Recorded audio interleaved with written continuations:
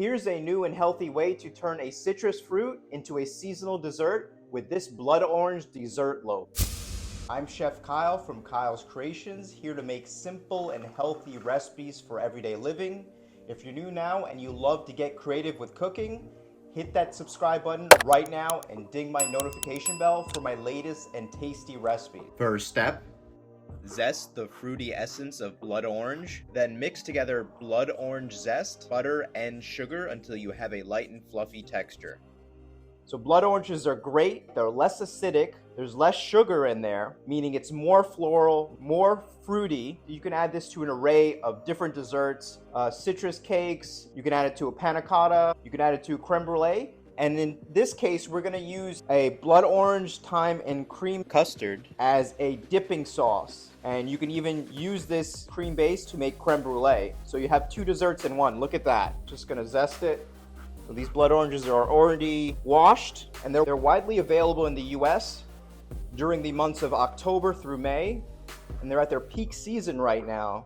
So that's between February and March. All right, so we're gonna add the sugar, and we're just gonna mix this till it becomes light and fluffy, and you don't see any more streaks of butter in there.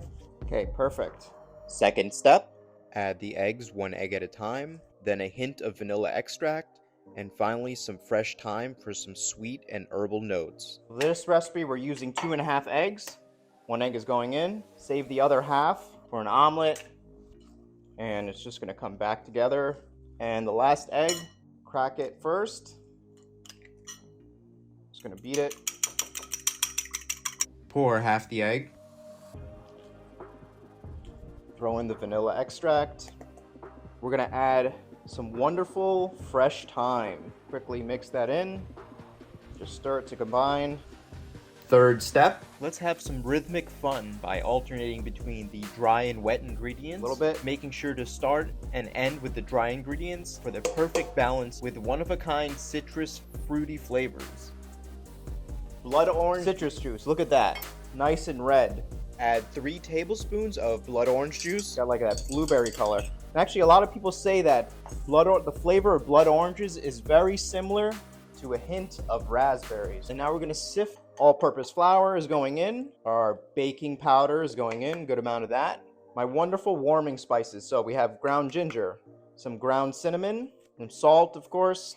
One of my other signature underrated ingredients, we're gonna add some ground coconut flakes.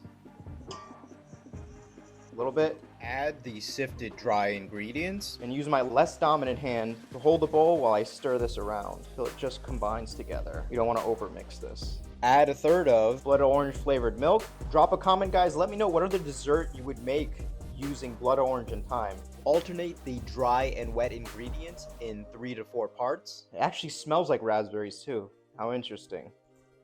Last bit of flour. See the specks of thyme in there. Okay, just mix the bottom, make sure that there's no residual flour. Fourth step, prepare the loaf pan by evenly greasing the inside walls, dust the inside with flour, and finally lay a strip of parchment paper across the middle before adding the blood orange cake batter. Added some parchment paper to this. You want to see how to make this? Check out my chocolate chip and walnut banana bread at the end. Now we're going to pour our batter. Get the batter as close as possible. Scrape out all the batter. Smooth it out. Tap out any air bubbles.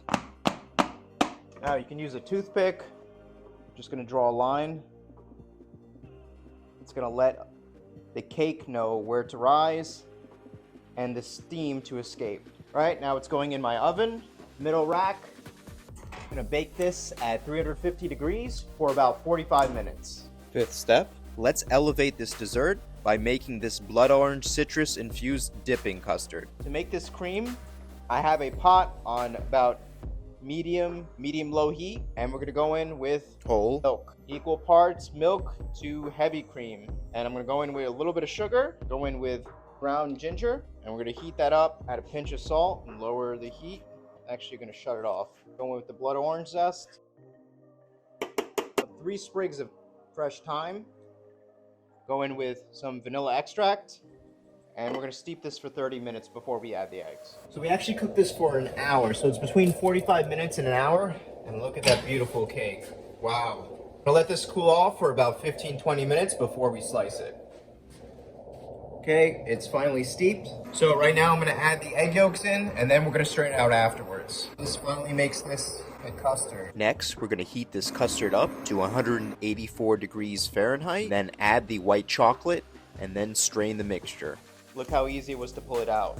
Very soft inside, it feels very soft like a baby. Now I'm gonna show you guys how to plate this up like a winner. If you're having guests over, you wanna host, you wanna make a quick dessert, we have a cream sauce, we have some blood orange segments right here, and we have some fresh thyme, and I'm gonna show you how to plate up.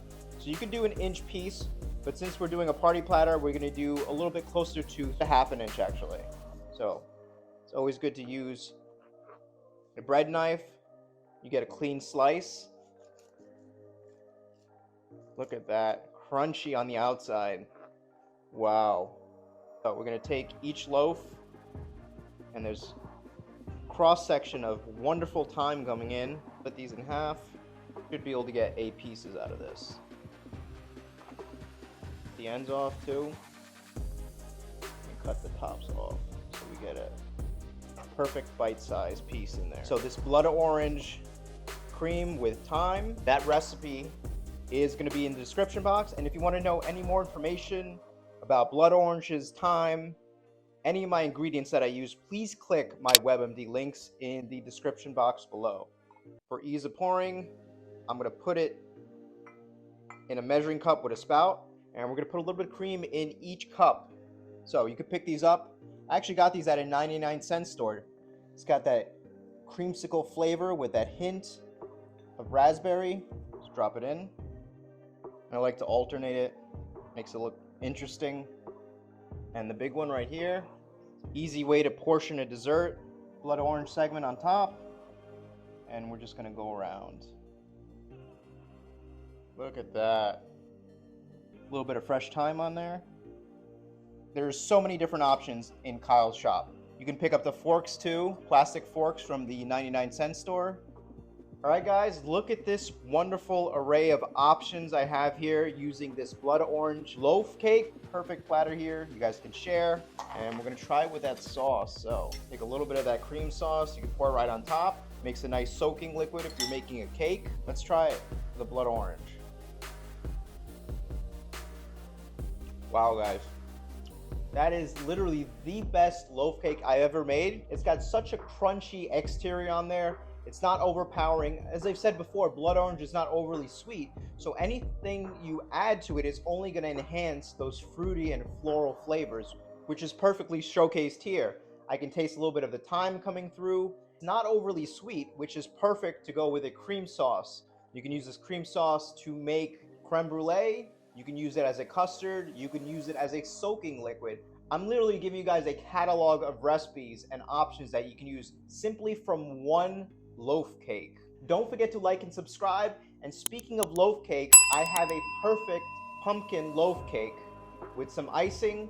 Check that video out at the end and stay tuned for my next episode. Using my wonderful blood oranges, I have 2 here. And blood oranges are very similar to regular oranges. Some blood oranges have some red streaking through, and some just look like regular oranges. The way you can tell the difference is usually either by the label, or if you can look, you can see that it has a red label on there. And that lets you know that this is a blood orange. What happens is there's a natural pigment that occurs with blood oranges where they start to turn a really dark red, and that starts from the skin. Sometimes it's speckles, sometimes you can't even see it. But if you look on the inside, when we open these, they're going to be really dark and red.